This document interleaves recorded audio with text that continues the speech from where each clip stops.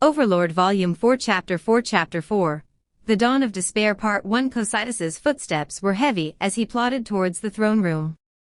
It seemed to be contagious, because the tread of his vassals behind him was slow and ponderous as well. The reason for that was because he had lost against the lizard men. They had led the forces of the Nazarick into battle, and it had ended in defeat. Cocytus personally thought quite highly of the lizard men. Having been created as a warrior himself, Cocytus had a deep respect for excellent warriors. However, this was something else entirely. Nazarick could not be permitted to suffer a defeat. In addition, this was not a defensive battle, but their first campaign into the outside world. Anyone would be upset that such a glorious first battle had ended in ignominious defeat. It was true that his forces were inadequate. That made him recall Demiurge's words. However, that was merely an excuse. Even if his master had considered the possibility of failure, it would still be better to win. Soon he saw the room before the throne room, the lesser key of Solomon, Lemegeton. His steps grew heavier, to the point where onlookers might think he had been hit by some kind of spell. Cocytus did not mind if his master reprimanded him. He had already prepared himself to be slain, or ordered to commit suicide in order to erase the stain of his dishonor. What Cocytus feared was disappointing his master. What should he do if they were abandoned by the sole remaining supreme being? Cocytus considered himself to be a sword. He was a sword that was wielded by his master, that cut obediently when swung. Therefore, the most frightening thing he could imagine was to be deemed useless and unhelpful. Worse still, how could he make it up to the other guardians if they were cast aside as well? They will never forgive me if things get that bad. Not even my life will be enough to atone. And also if the master island disappointed and leaves like the other supreme beings, what should I do? Cocytus trembled. He was immune to cold, so the shuddering was not due to an external source, but an internal cause. Had Cocytus been a human being, he would have started vomiting under the tremendous mental pressure that filled him. No. That cannot be. Ainz would never abandon us. He was the sole remaining supreme being in the great tomb, after all the others had left. He was their supreme overlord and their absolute ruler. How could such a merciful master abandon us? He tried to console himself with that thought, but deep in his heart, a quiet voice of denial said that such a thing was not impossible.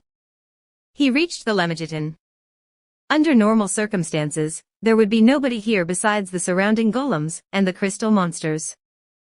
However, there were many beings present. Specifically, they were Demiurge, Aura, Mare, and Shalltear, along with their hand-picked high-level vassals. Their eyes rested on Cocytus, and his guilt caused panic to briefly flash across his face. This was because he felt like everyone was castigating him for his failure. Or no, Cocytus felt that they might be blaming themselves instead. The thought from just now crossed his mind once more. Who was to say that they might not feel the same way? Upon closer inspection, he found that there was no sign of rebuke in their eyes. Forgive my lateness.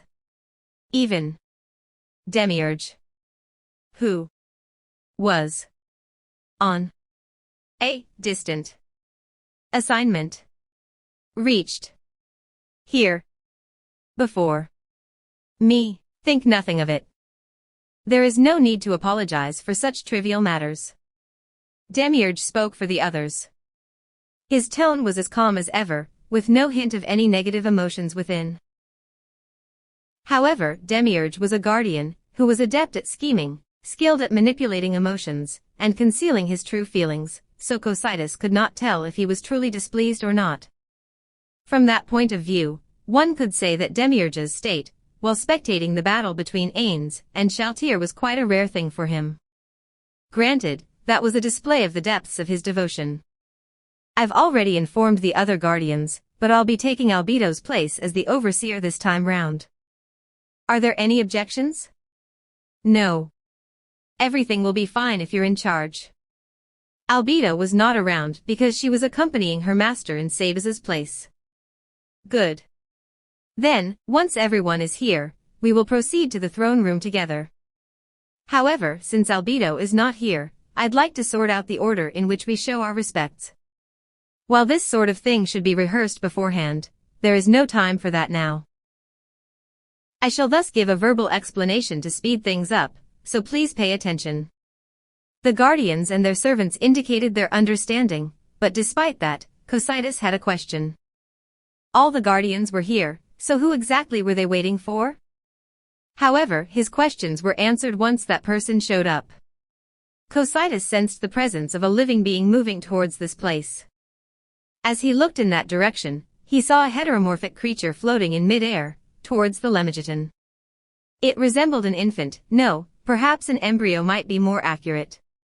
It had a long tail, and its body was bright pink. It had an angelic halo around its head, and a pair of withered, featherless wings on its back. It was roughly 1 meter long, and it was slowly heading this way. Who's that? Demiurge answered Aura's question. He is Victim, guardian of the 8th floor. So that's Victim. Victim reached the Lemegeton, and then turned a full circle. Cocytus had the feeling he was looking around. Since Victim had no neck, he had to turn his entire body to look around him. Kek Easyarp, Spud Esot Kachk. How do you do, everyone? I am Victim. Demiurge seemed completely unfazed by Victim's peculiar manner of speech, and responded on everyone else's behalf. Welcome, Victim. I am Demiurge, and I am taking Albedo's place for this meeting. Krelp Nab Adargwula Fo Eknaripa 8 DNA, Garpmata Fo Amsarok 8 Eva Woy. I heard about that from Ainz Sama. After saying that, Victim turned his entire body to regard everyone once more. Noises Duga Edom Nama Rof Rate Feld Nabsa Rimrof Ray YHW Nats Rednu Ilif I.Tua DNA a Disney Tob Evet Kartanu Si Nok Nafuh Anira. I know about everyone, so I hope you'll understand if I ask that we dispense with the introductions. Is that so? I see. Then, since we're all here, I shall explain what I was just talking about. Everyone paid close attention to Demiurge's explanation, because they would soon be meeting their Supreme Master, Ainz Sama, in the heart of the great underground tomb of Nazareth. The slightest mistake might well be punished by death. After he finished speaking, Demiurge gave everyone some time to digest what they had heard before he led the guardians and their vassals into the throne room. Cocytus's heart soared as he stepped into this room, which he had only entered a few times before. With its outstanding construction, the flags which represented the supreme beings, and the world-class item in its depths, this room truly deserved its name as the heart of Nazareth. The spectacular display before him allowed him to briefly forget the torment within his soul. Along the way, the guardians left their vassals behind and formed a line at the steps before the throne. Then, they saluted the guild emblem of Ainz Olgown which hung upon the walls as a sign of their respect and loyalty. After that, they genuflected with heads lowered, awaiting the arrival of their master. Soon, the sound of heavy doors opening came from behind, and a pair of footsteps made their way into the hall. Needless to say, it was not the sound of their master, because the owner of the great underground tomb of Nazareth would never move unaccompanied. A warm welcome for Ainz Olgown Sama, Supreme Overlord of the great underground tomb of Nazareth, as well as Albedo Sama, Guardian Overseer. That voice belonged to Uri Alpha of the Pleiades. They could hear the doors opening once more, and this time there was the crisp sound of booted feet, and a staff tapping against the ground. It was followed by that of high-heeled shoes treading across the ground. Normally, when their master entered, they should have bowed to show their respect for him. However, nobody present did so. That was because they had already demonstrated their utmost respect. However, that was not the case for Cocytus. The unease that filled his soul manifested in his body as a physical movement. It was a tiny thing, but it greatly influenced the mood in the air. Through the use of a skill, Cocytus could sense the other guardians shifting their attention to him. Albedo, walking behind her master, was also radiating an anger that she was trying in vain to suppress. However, nobody dared to speak under these circumstances. The footsteps slowly passed around the line of guardians, ascended the steps, and then reached the throne, whereupon it ended in the sound of someone sitting down. Albedo's voice then echoed loudly through the throne room. You may raise your heads to gaze upon the glory of Ainz Sama. The assembled guardians looked up, the sounds of their movement perfectly coordinated, to their master who was seated on his throne. Cocytus also raised his head immediately. There he saw the supreme ruler of the great underground tomb of Nazareth, the supreme being whose staff of office was wreathed in a dreadful aura, backlit by a mysterious black radiance, Ainz. Before him stood Albedo, who cast her gaze down on the masked guardians, including Cocytus. Satisfied with what she saw, she nodded, and then turned to Ainz. Ainz Sama, the guardians of Nazareth are gathered before you. Please bestow your orders upon us. Ainz went in deep, regal tones, before thumping his staff heavily upon the floor. The gesture drew everyone's attention, and then Ainz slowly spoke. Welcome, you guardians who are assembled before me. Now then, I shall first convey my thanks. Demiurge. Yes. I have called upon you every time something came up. Well done. Thank you for your loyal service. Oh, your praise is too lavish, Ainz Sama. I am but your humble servant. It is only natural for me to appear before you whenever I am summoned. That requires no thanks. Demiurge bowed deeply. He seemed to be trembling in delight. Is that so? Ah, that's right. Has anyone suspicious appeared on your end? No, I have been very careful, and it should be easy to detect anyone who approaches. That's good. However, do not allow yourself to grow lax. After all, our enemies might come up with a way we have not anticipated. In addition, there's the matter of the skin you have brought me. According to the head librarian, it can be used to make low-tier spell scrolls. Can you ensure a stable supply? Yes. There will be no problems at all in that respect. We have already captured an adequate quantity. Really now? Then, what were those beasts called again? Beasts. Ah. The beasts of which you speak, Ainz Sama. Demiurge paused briefly to think, and then continued, they are two-legged sheep from the Holy Kingdom. What do you think of the name Abe-lion sheep? Demiurge's joyful tone puzzled Cocytus. Demiurge was fundamentally a good-tempered, possibly even compassionate person. However, that was only where his fellow creations of the supreme beings were concerned. He was extremely cruel to everyone else. One could glimpse shades of that cruelty under his good-humored facade. While his deeply seated malice ought to have been directed at the aforementioned beasts, would he really refer to unintelligent creatures with such an attitude? Given Demiurge's personality, something seemed off. However, now was not the time to inquire further. I see sheep then. Their master seemed amused, which in turn put a smile on Demiurge and Albedo's faces. While I think goats would be better, that name will do. Then, skin those sheep, by all means. Will excessive capture affect the local ecosystem? I doubt it. In addition, the use of healing magic allows us to skin them again. Therefore, we will not need to capture them en masse if we do not engage in large-scale production. That too is thanks to the monsters called torturers. Don't severed body parts vanish when healing magic is applied? About that, we have learned something during our experiments with healing magic.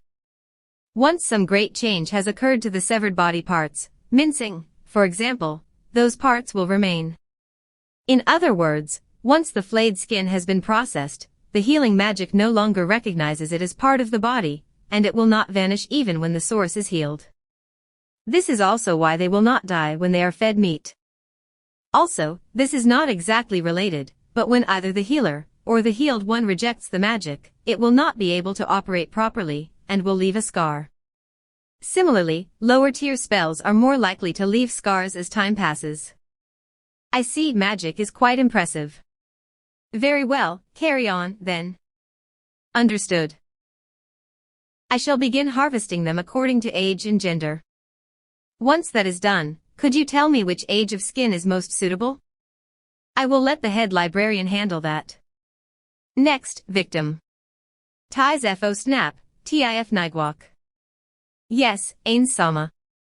I have summoned you here for only one reason. If something unexpected happens, I may need you to protect us and the other guardians with your skill. I apologize for that, and I promise I will resurrect you immediately. I hope you understand. Redabate, sarg ot tua tup woi renews 8 DNA, woi tna t nod ew, woi wonk t nod ew, nias ni elpoep sitterby fo yirajam 8 fo flaheb no caps I todic netifnok tai yas naci DNA, lla ta boj site ni ikamitijal on eva woi, ris.eterotsitorp a nat iram nighton ot decuter asirg nis evu, revo kut woi eknis tub.ertnuok nana kuma terp si siu. Mwegelby morphamok woi ejuaseb estot sparep sitats noiten foek netsix 8 fo peknok urev 8 rof nidala eva ot repa woi. Demiurge has already told me about that. Please do not worry, Ainz sama. After all, I am also your servant. In addition, the goal of my life is death, so there is no greater joy for me than to aid the supreme beings in even the slightest of ways. Is that so still? Forgive me.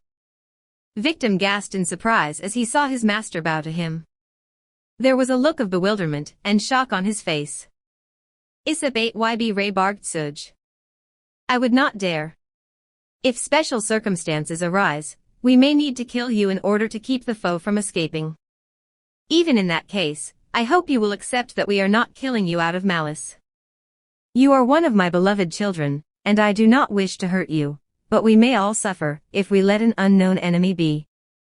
Nuf iram era samam. Snite redo DNA srolok, fo sknerts selgnanum sti, esnac woi sa. El prep yulb rabanik reko neuterneg yard cape anup cape near gulb, esanopaj, ro snic, ni equal stare nekani ikaf esmit siv ta, fo eltmaza si site. There is no need to explain, Ainz sama. I am fully aware of your intentions. There is a phrase used in one of Nazarik's mechanisms. It goes, greater love has no man than this, that a man lay down his life for his friends. That phrase describes you perfectly. Thank you for your love. Ainz's gaze moved from the guardian, who had pledged his loyalty to the death, and shifted to another guardian. Next, Shalltear. Shalltear's shoulders trembled. She had not expected she would be called, and her reply seemed abnormally high-pitched. Why yes. Come to me. Unlike the other guardians, Shalltear was the only one who had been summoned to her master's side. She rose to her feet, both surprised and panicked. Her unease was clearly apparent from her back, and she looked like a condemned criminal being sent to the chopping block. Still, she held her head high and thrust out her chest, as though she were walking to glory. After ascending the steps, Shalltear immediately genuflected a short distance before the throne. Shalltear, I wish to speak of the matter which coils around your heart in thorns. As her master spoke those words, Shalltear immediately knew what he was talking about, and her face filled with shame and guilt. Ah! Ainz sama. Please hand down your punishment. I am a guardian, but still I committed such a foolish mistake. Please give me the harshest punishment possible. Shalltear's anguished wail echoed through the throne room, and Cocytus found himself empathizing with her. No, any guardian, in fact, anyone who was made by the supreme beings, would be able to understand how she felt. Even if she had been mind-controlled, she could not forgive herself for turning her lance on the supreme beings. Really now, then, Shalltear, come over here. As she saw her master beckon her over, Shalltear slowly crawled towards the throne. Ainz extended a bony hand to Shalltear, whose head was bowed before the throne, and gently caressed her head. Ainz sama. Shalltear ventured as she nervously lifted her head, almost scared to death. That failure was due to a miscalculation on my part. In addition, you were dealing with a world-class item, which meant that you were at a great disadvantage. Shalltear, I love all of you who serve Nazarick loyally, you who were created from nothing. That includes you as well. Do you wish to force me to punish you, who bears no sin and whom I love?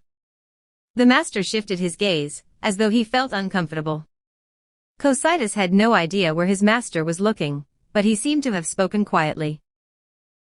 His master's face was skeletal, so there were no lips he could read, but he had probably said someone's name.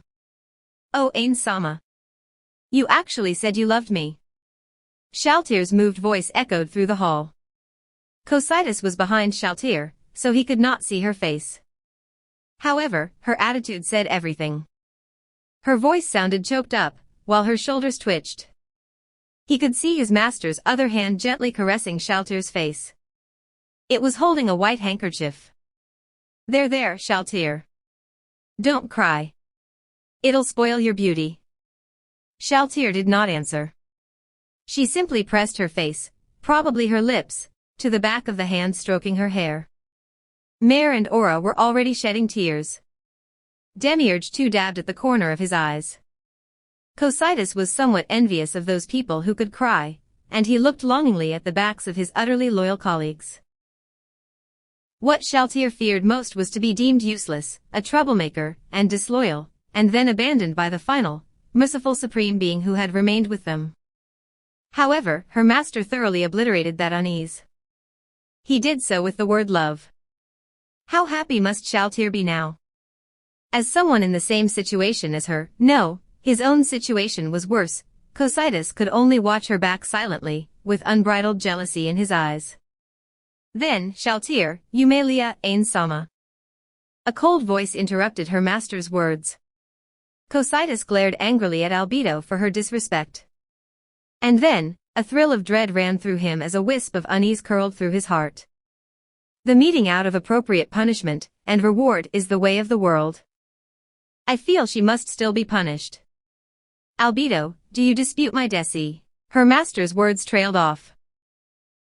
He must have been left unable to speak by some reason about which Cocytus knew nothing. In the end, it was Shalltear's words which swayed his final decision. Ainz-sama, I agree with what Albedo said. Please punish me as you see fit. The chance to fully express my loyalty would delight me as well. I understand. I shall do so after deciding on the appropriate form of punishment. You may return to your place. Yes, Ainz-sama. Shalltear descended down the stairs, her already red eyes made even redder.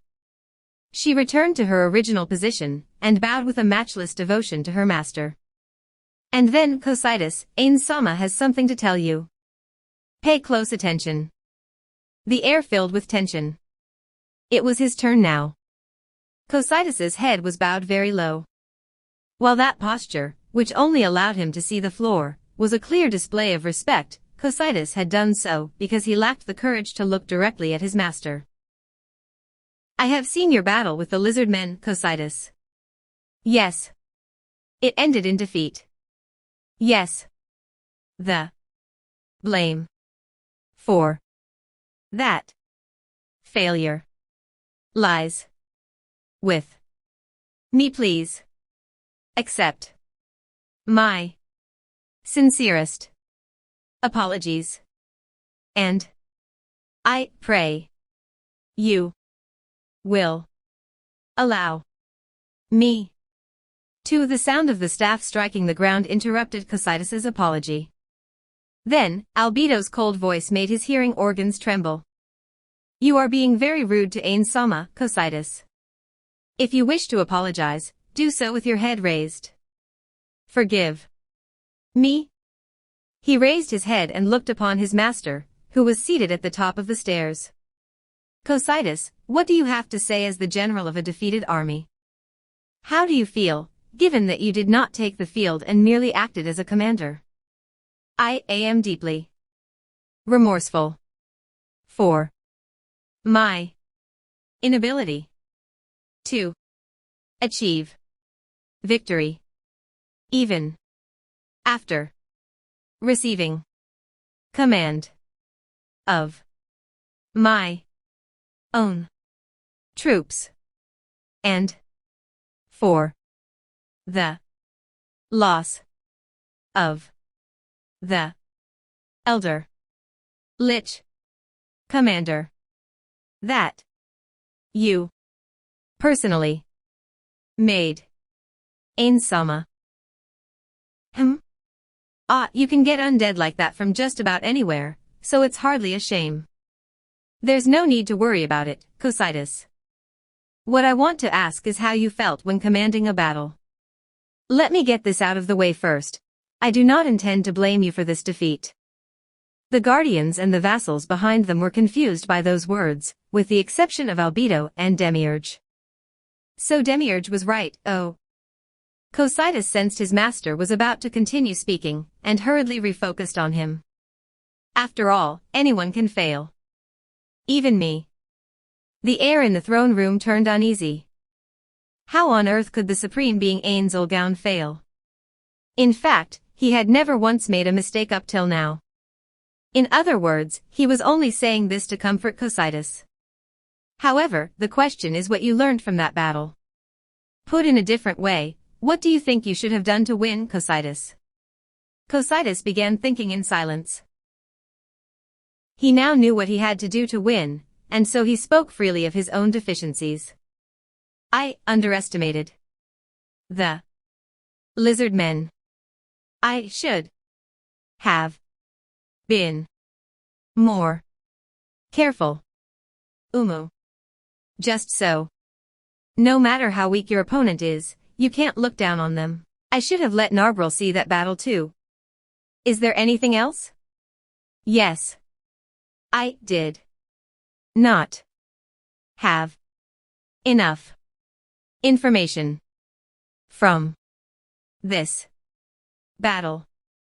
I learned that my chances of victory would be slim if I did not know the enemy's strength and the terrain.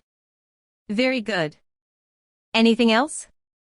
The commander was inadequate, since the troops in the field were low-tier undead. I should have accompanied them with commanders who could adapt to the circumstances and issue timely and accurate orders. In addition, after considering the lizardmen's weaponry, I should have attacked with the zombies to tire the foe, or at least kept the troops together and attacked all at once. Is that all? My deepest apologies. But that island, all I can think of for now. There is no need to apologize. You have said nothing wrong, and that was an excellent analysis. Of course, there is room for improvement, but you seem to have learned quite a lot. In truth, I hoped that you would not have to consult others and discovered those flaws on your own, but that is still acceptable. Then, why did you not do all those things earlier? I did not think of them. I felt that I could overwhelm them with my forces. I see. However, you did think of them after the undead were destroyed, no? Very good. As long as you can improve yourself and avoid future mistakes, then there is meaning to this defeat. Cocytus sensed that his master was smiling. There are many kinds of failure, but yours was not of the lethal kind. All the undead save the Elder Lich were automatic spawns. Their destruction does not affect Nazarick in any way. Rather, if they enabled a guardian to learn something and avoid future errors, then this failure is actually quite a bargain. Thank you very much, Ainz-sama. However, the fact is that you were defeated. Thus, you must be punished like Shalltear. At this point, his master fell silent. This brief interruption made Cocytus uneasy as he waited for his master to pass judgment. That said, he was greatly relieved now that he knew that he had not disappointed his master. However, what he heard next made Cocytus freeze up. I had originally planned to have you retreat and act as a rear guard, but I think it'll be better this way. Cocytus, you will personally erase the stain of your shame. In other words, you will exterminate the lizard men. This time, you are not allowed to call on anyone else for help. If they annihilated the lizard men and kept word from getting out, then this would not count as a defeat for Nazarick. Those who viewed everyone outside Nazarick as inferior life forms would gladly accept this duty, wiping away their shame, and that of Nazarick with slaughter. Indeed, if this had been the Cocytus from earlier, he would have accepted this order without hesitation. However, Cocytus shuddered. This was because he knew what that order meant. He breathed in and out several times. Just as everyone began wondering why Cocytus had not responded to his master's command, he finally spoke. I have a request. Ainz-sama. The world seemed to stand still as everyone's attention rested on Cocytus. Cocytus was a guardian, one of the most powerful and highest-ranked beings of Nazarick. There were scant few people who were in his league, but even someone like himself felt a chill run through his entire body. While regret stampeded through his heart like an avalanche, it was too late now. Since he had said it, there was no turning back. Cocytus had compound eyes and thus a very broad field of vision, but from his bowed posture, he could not see his master's face. That was the only solace he had. If his master displayed any anger or displeasure, Cocytus would be trembling so hard that he would not be able to do anything. Please. Hear me out. Ainz-sama. Before his master could respond, someone else interrupted Cocytus. How dare you? It was Albedo. Her deafening shout roared like thunder, filled with the gravitas which befitted the guardian overseer. Cocytus shuddered, like a child being rebuked by his mother. What right do you have to ask anything of Ainz-sama, after staining the glory of Nazarick with defeat? The audacity. Cocytus remained silent. He was determined not to raise his head until his master acknowledged him. He would remain as he was even if Albedo hammered him with the full force of her wrath. Hurry up and however, a calm male voice dispersed Albedo's roar like mist in sunlight. It's fine, Albedo. His master repeated himself, to soothe the shocked Albedo. Raise your head, Cocytus. Could you tell me your request? There was no anger in that even voice, which only made it more frightening.